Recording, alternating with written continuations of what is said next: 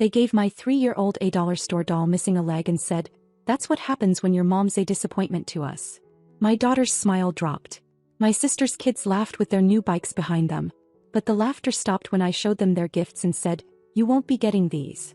And then I knew they didn't like me. That's never been a secret. But I didn't think they'd stoop low enough to humiliate a 3-year-old. Christmas morning started with snow. Not the soft storybook kind, more like slush and ice that made the roads miserable. But I still got Alina dressed in her sparkly red dress and white tights, little boots she picked herself. She'd been talking about Grandma's tree for weeks. I even let her carry the homemade ornament she made in preschool. I should have known better. We got to my parents' place around 9. My sister's SUV was already parked out front, engine still warm. Inside I could hear shouting and laughter, the kind that always meant my sister's boys were showing off. Sure enough, they were outside in the backyard riding brand new bikes that still had the tags on them. Neon green and metallic blue. One of them yelled something about Santa bringing exactly what I asked for. My parents were filming it like it was some commercial. Alina tugged on my coat. She didn't understand why she didn't have a bike too. I told her to be patient. Santa leaves gifts inside too. The living room looked like something out of a Pottery Barn catalog. Tree lit up, music playing, piles of gifts wrapped in expensive paper. But nothing, not a single box, had my daughter's name on it. I'd sent my mom $500 in early December. Told her I was swamped with work travel and asked her to help get some gifts for Alina. Things she'd like. A little kitchen set, some books, maybe one of those dolls with changeable outfits. She said she knew exactly what to get. I guess what she meant was absolutely nothing. Eventually, after the boys were finished unwrapping their 5th or 6th gifts, my mom handed Alina a small, crushed-looking box. It wasn't even under the tree. She pulled it out from the sideboard like it had been forgotten.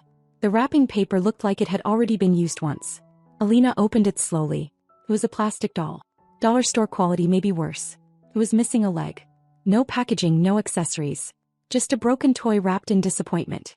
Alina blinked. She looked up at me. Then my mom said, loud enough for everyone to hear, "That's what happens when your mom's a disappointment to us." My sister burst out laughing. Her kids started laughing too, even though they didn't understand why. It was just something cruel, and cruel things always got a reaction in that house. And there was my daughter holding that doll like she was trying to figure out what she'd done wrong. I crouched next to her and told her something quietly. I didn't cry. Neither did she. We just stood up together. What none of them knew was that I hadn't brought in our gifts yet. My car was parked down the street. In the trunk were 2 large black bags filled with wrapped presents. All hand-picked, all expensive. Designer perfume for my mom, a $900 drone for my sister's oldest, a leather tech backpack for my dad, custom monogram jackets for everyone. I'd asked them weeks ago what they wanted. They'd sent me lists like they always do. I didn't ask for a dime. I just paid. I carried everything inside in silence. The room went dead quiet when I placed the bags by the tree. My mom's eyes lit up first like she'd won something. My sister moved closer, already reaching toward one of the gift tags. I stopped her. I said, "You won't be getting these." He laughed at first like I was joking. Then she looked at my face and stopped. My mom started saying something about not making a scene. My dad stood up but didn't say anything. My sister's husband just looked down like he always does, pretending not to be part of anything. I picked up Alina and walked out. Nobody followed us. Nobody said sorry. And not one of them noticed that I took all the gifts with me. I didn't respond to anyone for 2 full days. Not a text. Not a call. I focused on my daughter, her normal routine, cartoons in the morning, pasta for dinner, bath time at the same hour. She didn't ask about the doll again. She left it on a chair in her room and never touched it. That somehow hurt more than if she'd cried. Meanwhile, my phone stayed face down. On the 3rd day, my sister finally cracked. She texted asking if I was done throwing a tantrum. She added a laughing emoji like that would soften it. I didn't answer. An hour later, she sent another message saying the boys were confused about why their aunt stormed out on Christmas. Still nothing from me. My mom waited until the evening. Her message was longer. She said I embarrassed her. Said I ruined Christmas. Said Alina was too young to understand and I was projecting my own issues onto a child. Then she added that line she's used my entire life. After all we've done for you. I stared at that message for a long time before locking my phone and setting it down. They really believed they were the victims. On the 4th day, my dad called. I let it ring. He left a voicemail saying everyone was upset and asking why I was being so cold. No apology. No mention of my daughter. Just confusion that the money had stopped flowing. That night I opened my trunk. The gifts were still there. Perfectly wrapped. Untouched. I brought them inside and lined them up in my living room. Each one had a name. Each one represented another time I'd tried to buy peace. I realized something uncomfortable standing there. I'd spent more time planning their happiness than my own. I unwrapped them all, slowly, one by one. Then I boxed them back up and donated almost everything. A women's shelter, a youth center, a family assistance program. I didn't take pictures. I didn't announce it. I just let it be done. When New Year's rolled around, something shifted. I didn't send my parents their usual grocery transfer. I didn't cover my dad's car insurance. I didn't send my sister the $300 I'd been quietly sending her every week for years to help with expenses. I didn't even realize how automatic it had all become until I stopped. And that's when the panic started. My mom called twice a day. My dad sent short messages asking if everything was okay. My sister suddenly wanted to talk things through. No one mentioned the doll. No one mentioned Alina. Then I heard through someone else. A friend of mine works near the pharmacy my mom uses. She texted me asking if everything was okay at home. Said she overheard my mom arguing over payment, asking if she could pick up half her prescription now and the rest later. My mom has never lived paycheck to paycheck. She just never lived without me either. I sat with that information longer than I expected. I waited for guilt. It didn't come. About a week later, my sister showed up at my door unannounced. She looked different. Tired. Less confident. She asked if we could talk. I didn't invite her in. We stood there while my daughter watched cartoons behind me. She said my parents were stressed. Said they didn't realize how much I helped. Said I was taking things too far over one moment. She told me family doesn't keep score like this. I told her family doesn't humiliate toddlers either. She asked if I still had the gifts. I told her no. I told her exactly where they went. For the first time, she didn't have anything smart to say. Before she left, she said something that stuck with me. He said I was changing. That I was becoming cruel. I closed the door and locked it. For the first time in my life, I wasn't the one chasing their approval. And they could feel it. The first real sign of trouble came quietly. An email from my dad. No greeting. No explanation. Just a forwarded notice with a giant red warning across the top. Final utility bill. Disconnection scheduled. The amount circled in bold. $432.66. That was usually something I paid without thinking. A few taps on my phone and their lights stayed on. Not this time. I stared at the email for a long time. I didn't reply. I didn't pay it either. Then came the calls. First my mom asking about how long I planned to keep this up. I didn't answer. Then my sister. She left a voicemail trying to sound casual, talking about how the kids missed me, how things were a little tight since Christmas, and how she hoped we could just get back to normal soon. Back to normal. Where I paid. And they pretended not to notice. That same week my dad called again, twice in one day. He left another voicemail, his voice low, like he didn't want my mom to hear him. He said something about the mortgage being a mess, and the bank starting to ask questions. He didn't say it outright, but I understood. I'd stopped sending the extra $600 a month I'd been covering on their house for the past 2 years. He just assumed I'd never stop. But I did. Then a friend of mine sent me a picture. My mom behind the counter of a gas station convenience store not far from their neighborhood. Wearing a blue vest. She looked smaller, somehow older. I stared at that photo for a long time. Not because I felt bad. I didn't. Not really. But because for years she told me that working retail was for women who'd failed at life. She used to say that kind of thing while I handed her envelopes of cash for her trips, for her new bags, for her hair appointments. Now she was folding lottery tickets and scanning beer cans. Because she didn't have my help anymore. The silence from me wasn't just financial now. I didn't come around. I didn't call.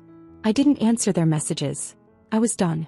Until one day my sister showed up again. No warning. Just stood on my porch with her arms crossed and said she needed to talk.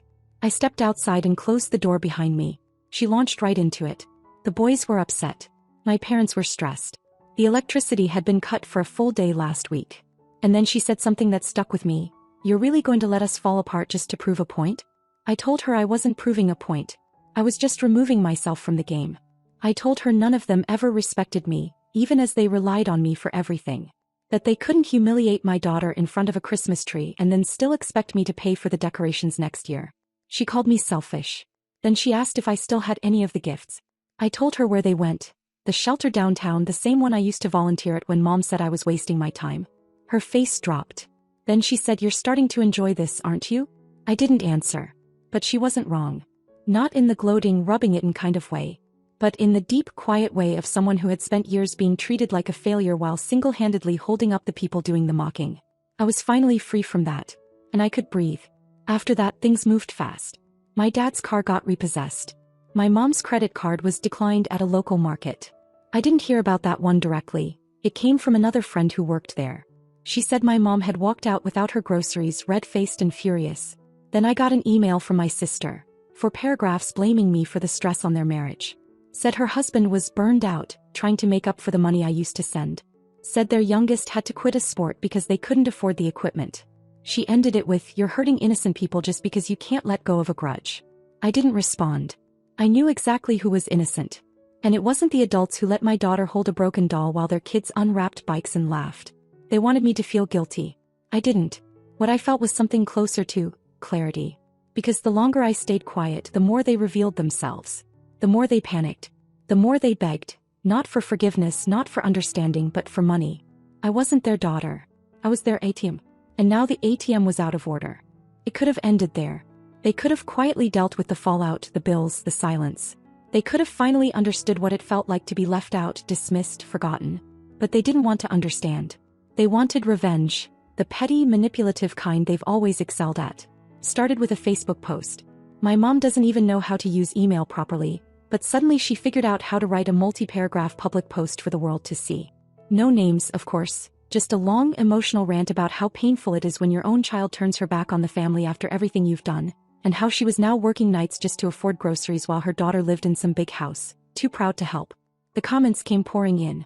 People I hadn't spoken to in years, old family friends, church ladies, cousins. They all chimed in with the same garbage. "You deserve better, so sorry this happened to you. Kids today don't understand sacrifice." Some even tagged me. One of them asked if I was okay and told me to remember where I came from. As if I ever forgot. But what made me pause was one comment from my sister. It said, "She's always taken from you, Mom. Maybe now she's showing her true colors." That was the moment I realized this wasn't desperation anymore. This was coordinated. They were trying to rewrite the story. And they didn't stop there. They started reaching out to people in my life. A friend of mine texted me saying my mom had called her, saying she was worried about me, saying I'd been acting erratic and cutting everyone off. Then a coworker forwarded me a message my sister had sent. Vague accusations that I was not well, that maybe someone should check on me. That's when it hit me. They weren't just trying to guilt me back into their orbit. They were trying to make me look unstable. But what pushed me over wasn't what they said about me. It was what they said about Alina. Buried in the Facebook thread, someone asked how the little one was doing, clearly referring to my daughter. My mom replied, "We gave her a sweet little doll for Christmas, but she didn't even say thank you. Looks like she's learning from her mother." A switch flipped. They humiliated her once. I swallowed that. But now they were publicly calling my 3-year-old ungrateful? Pretending like they were the ones hurt? Framing her, a toddler, as part of some emotional scam? I wasn't staying quiet anymore. I didn't make a public post. I didn't argue in the comments. I just sent private messages to a handful of the people who commented, the ones with the most to say. I told them the real story. That I had given my parents money specifically for my daughter's Christmas gift, and that money went to my sister's kids. That Alina got a broken one-leg doll while the boys got brand new bikes. That my mom said, in front of her, "That's what happens when your mom's a disappointment to us." I included a photo. The doll in Alina's lap. Her face confused. Hurt. I didn't have to send anything else. By morning my mom's post was gone. Just wiped clean like it never happened. No follow-up, no clarification, no apology. But something else happened 2 days later. A package arrived at my door. No return address. Just Alina's name written in thick marker across the top. Inside was a perfectly wrapped gift, gold foil paper tied with real ribbon. And inside that was an American Girl doll. The exact one my daughter had circled in a catalog at the start of December. Still in the box. Brand new. Accessories, outfits, everything. There was a note. "We hope you like this one better. Love, Grandma and Grandpa."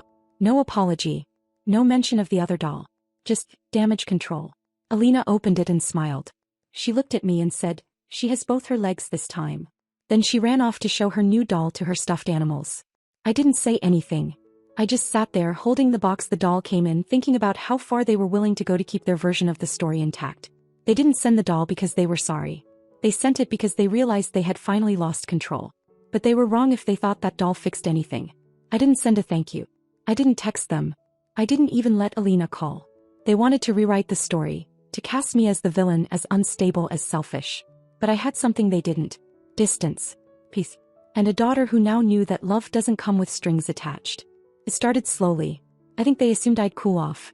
That I'd eventually miss them enough to come crawling back like I always had. But weeks went by and the silence held. That's when the tone changed. The first message that made me pause came from my dad. It wasn't angry or defensive or trying to guilt me. Just one line: "I think I finally understand why you walked out." I didn't reply, but I saved the message. Then out of nowhere I got a card in the mail. Not a text. Not a phone call. A handwritten card from my mother. Someone who hadn't physically written a thing in years unless it was a grocery list. The card said, "Barbara, we made a mess of things. I'm sorry. I'm truly sorry. I know I can't undo what we said and did, but I hope you'll let us try to make it right. We miss Alina. We miss you. We'll do better, I promise. Love, Mom." No excuses. No blaming. No manipulation. That alone almost made me cry. Almost. I didn't respond to that either. I needed to see how far they'd go. Because they weren't just saying sorry anymore. They were begging. A week after that, I came home from work to find 2 boxes on my porch. No delivery company. Just boxes. One addressed to me, the other to Alina. No note. But I didn't need one to know who they were from. Inside Alina's box was a custom princess bedspread, her favorite animated characters embroidered into soft pink fabric, with her name stitched along the edge. Beneath it were more gifts. Books, puzzles, a music box that played "You Are My Sunshine." All brand new. All expensive. All meant to fix something money never could. Mine. A necklace. Not just any necklace. The one I'd pointed out in passing to my sister almost 2 years ago. Rose gold, minimalist, with a tiny diamond set off center. I remember saying it was pretty, that it reminded me of strength because it was delicate but not fragile. They bought it. After years of giving me soap sets and kitchen towels like I was some distant coworker at a holiday party, they gave me something personal. And still I didn't reply. Because the truth was, I liked watching them unravel. Not because I'm cruel, but because for the first time in my life, they were facing the weight of what they'd done. I had spent years being the provider, the fixer, the scapegoat, the afterthought. I paid their bills, funded their birthdays, covered their emergencies, then got mocked behind my back.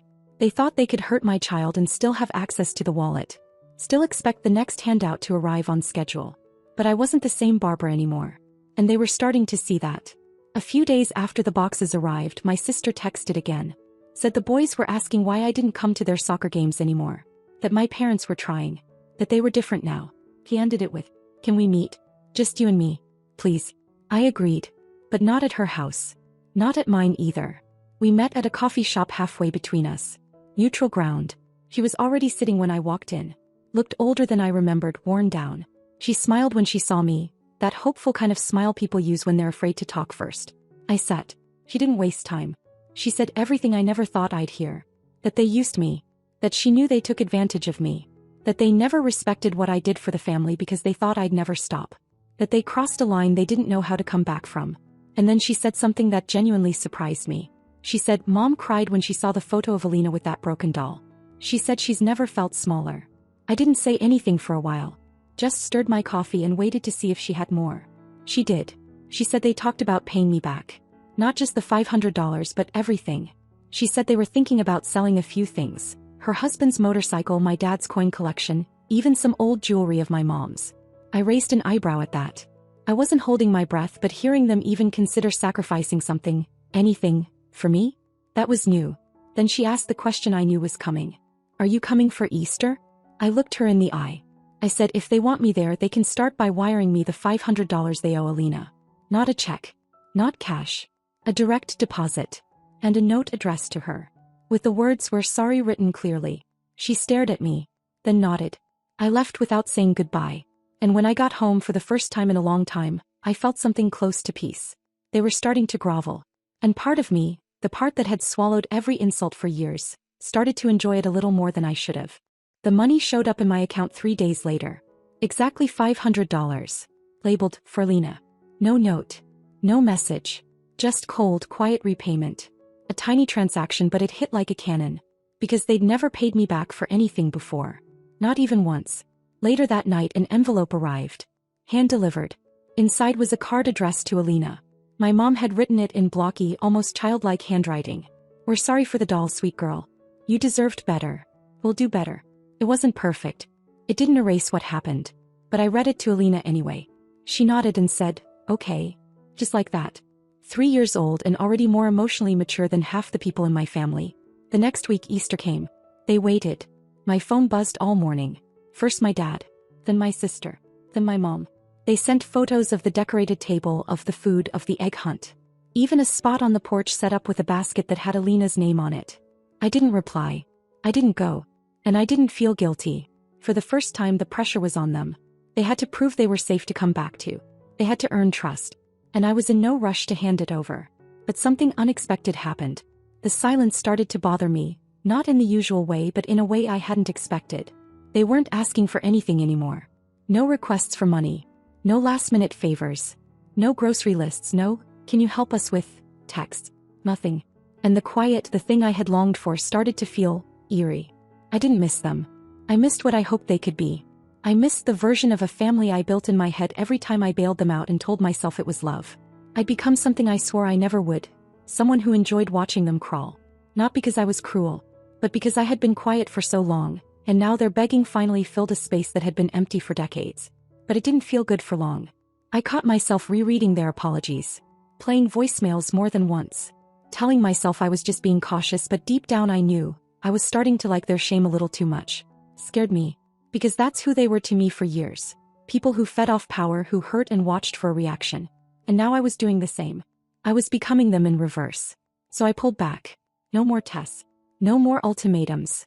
I stopped waiting for them to mess up again just so I could punish them for it. I stopped watching them scramble to earn forgiveness I wasn't ready to give. I stopped checking the family group chat I never answered anyway. Instead, I started building something new. Smaller. Quiet. Just me and Alina. We planted flowers on the porch. We made pancakes every Sunday. We started new traditions, just us. No strings. No shame. No broken dolls. And slowly I felt the edge of all that anger begin to dull. They still call sometimes. They ask if we're coming by. If they can see her. I say not yet. Not now. Maybe one day. But for the first time I don't feel like I owe them anything. Not time. Not money. Not my daughter's joy. Not even an explanation. And the best part? They've stopped asking for a few $100s here and there. They don't ask it all anymore. They know better. And that peace, that unshakable earned peace, that's mine.